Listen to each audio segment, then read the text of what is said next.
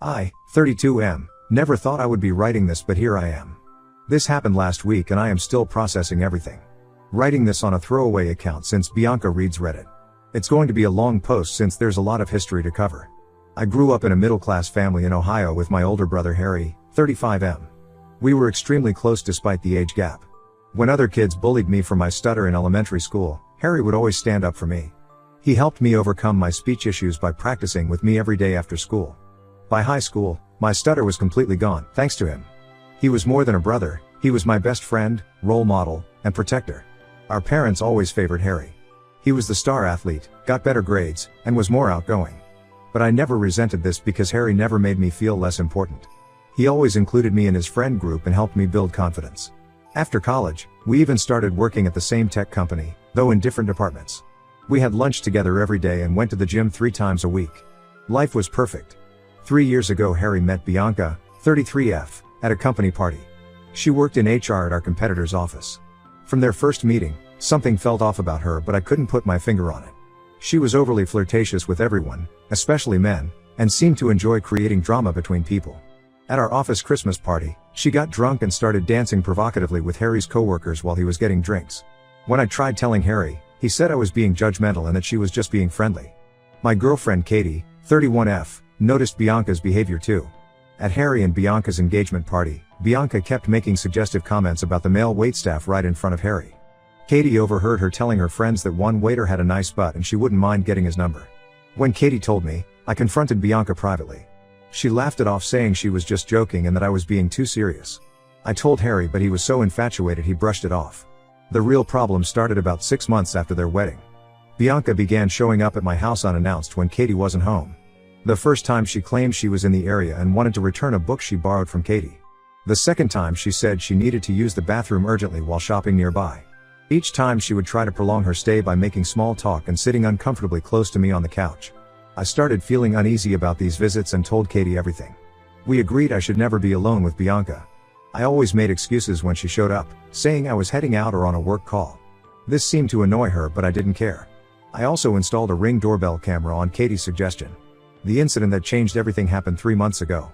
Bianca showed up at my house crying around 7 p.m., saying she and Harry had a huge fight and she needed someone to talk to. Against my better judgment, I let her wait in the living room while I called Harry. She kept trying to sit next to me on the couch, touching my arm while talking about her marriage problems. When I moved to another chair, she followed and sat on the armrest, putting her hand on my shoulder. I immediately stood up and moved away, telling her to wait for Harry. Harry arrived 30 minutes later and Bianca's entire demeanor changed. She was suddenly cheerful like nothing had happened. I pulled Harry aside later that week and told him about Bianca's inappropriate behavior. He got defensive and said I was trying to cause problems in his marriage. Bianca started telling people at their church group that I was flirting with her and making her uncomfortable. I confronted her in front of Harry, but she turned on the waterworks and played victim. Harry believed her, but I could tell he was getting suspicious of our interactions. Last week everything exploded. Bianca told Harry that during that night she came over crying. I tried to sexually assault her. She claimed I forced myself on her and tried to kiss her, and she only escaped because she heard Harry's car pulling up. This was completely false. My Ring camera recorded the entire interaction, but I hadn't thought to save the footage since nothing happened. Harry showed up at my house in a rage at 6 a.m. Katie had just left for her morning yoga class. Before I could even explain, Harry punched me in the face and kept hitting me. I had to defend myself, and in the struggle his shoulder got dislocated.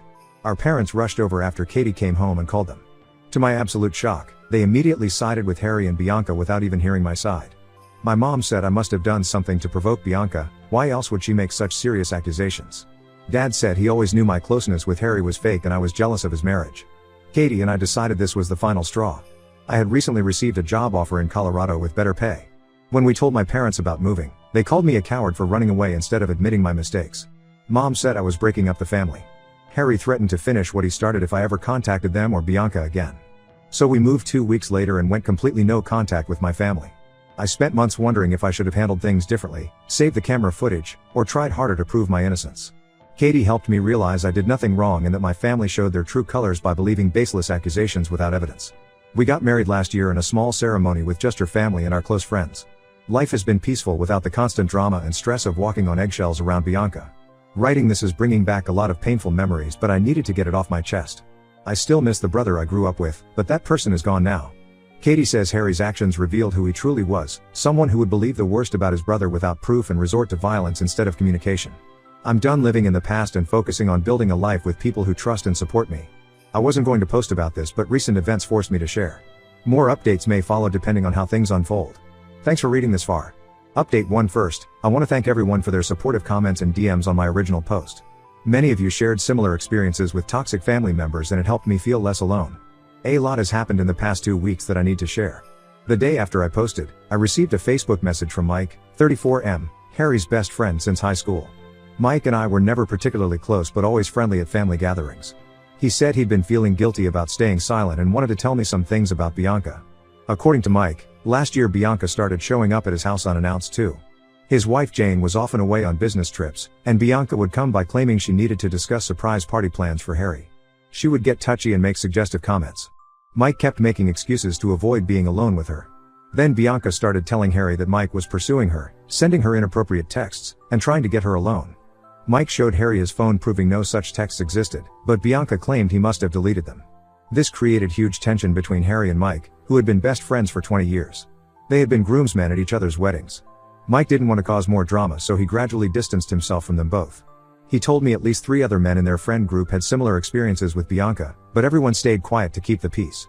The most shocking part was the screenshots Mike shared. Bianca had created a private Instagram account where she complained about Harry constantly.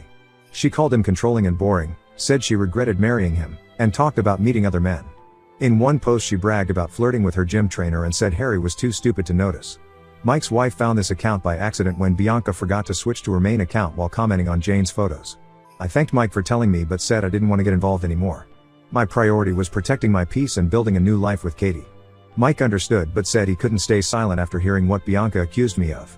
He also warned me that Bianca had been asking mutual friends for my new address in Colorado. Just when I thought things couldn't get more twisted, Katie's sister Lisa called yesterday. Bianca had somehow found Lisa on Instagram and sent her a long message trying to warn her about me. She claimed I had a history of making women uncomfortable and that Katie should be careful. She even suggested that Katie should get tested for STDs because I probably cheated on her. Lisa, being the amazing sister-in-law she is, immediately shut Bianca down and blocked her. She sent me screenshots of everything. This was the last straw. After discussing with Katie, we decided to take legal action. We hired a lawyer who specializes in harassment and defamation cases. Katie had documented everything from the beginning, screenshots of Bianca's unannounced visits on our Ring camera, dates and times of every incident, and Bianca's messages to Lisa.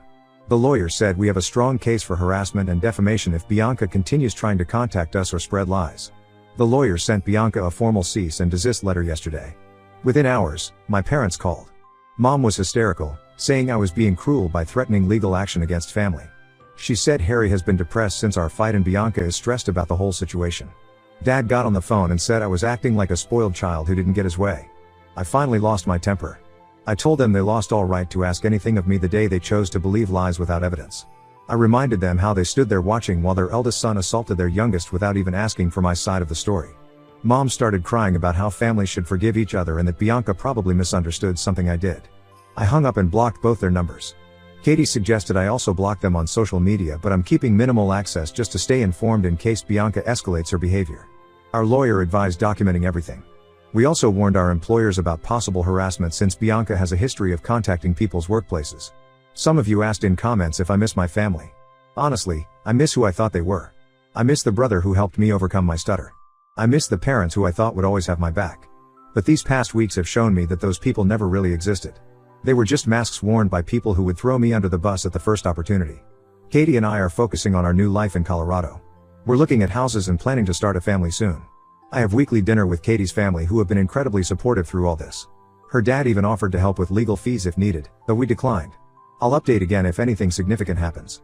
Thank you all again for the support and advice. Special thanks to those who shared resources about dealing with narcissistic family members. The reading materials have been eye-opening.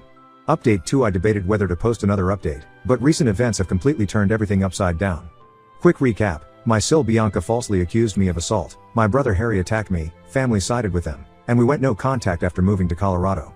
2 weeks ago, Mike messaged me on Facebook asking if we could talk. He revealed that Bianca had been having an affair with Richard, 55M, her father's longtime friend who is married with 3 adult children and grandkids. Harry discovered everything after Bianca accidentally left her phone unlocked while showering. There were hundreds of explicit messages and photos between her and Richard going back 6 months. According to Mike, Harry confronted Bianca with the evidence. She tried gaslighting him, saying the messages were just friendly banter. When that didn't work, she blamed Harry for being emotionally unavailable and claimed she felt lonely because he worked long hours. Harry didn't buy it because the messages showed she initiated the affair, regularly meeting Richard at hotels during her supposed yoga classes. What happened next still makes me sick. Harry completely lost control and physically attacked Bianca. Their next-door neighbor heard screaming and glass breaking around midnight. When Bianca tried running out the front door, Harry grabbed her and slammed her into a wall. The neighbor called police after seeing this through their window.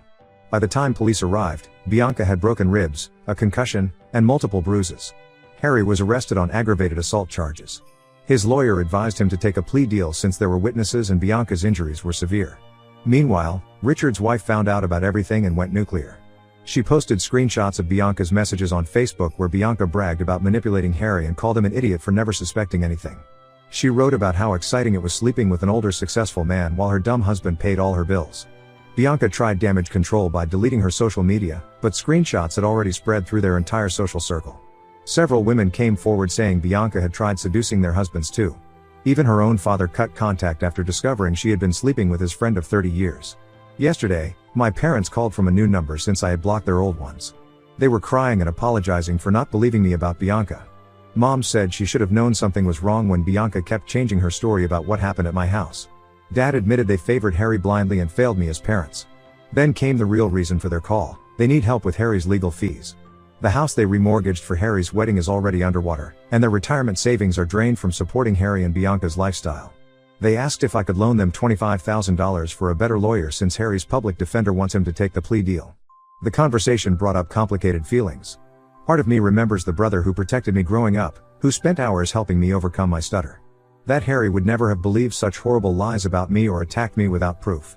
But I also remember how quickly he turned violent, both with me and Bianca.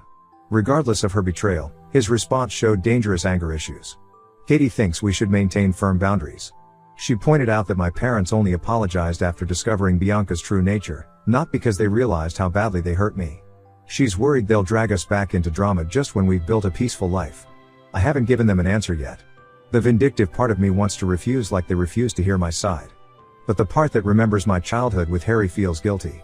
He was always there for me growing up, yet I'm considering abandoning him at his lowest point. Mike keeps me updated on the situation. Bianca moved in with a cousin in Nevada and is playing victim on social media, conveniently leaving out her affair. Richard's wife filed for divorce and their adult children refuse to speak to him. Harry is being held without bail due to flight risk. My parents are still pressuring me for an answer about the money. They say Harry was just protecting his wife like any husband would, and now he needs his brother's help. But Katie made a good point. I would never attack someone without evidence, and she would never falsely accuse someone of assault. Writing this out has helped clarify my thoughts. I'll post another update once I make a decision about helping Harry. Thank you all for your continued support and advice. Update 3. This will be my final update. After weeks of deliberation and many discussions with Katie, I made my decision about helping Harry. I know some of you will disagree, but I've chosen not to help with his legal expenses.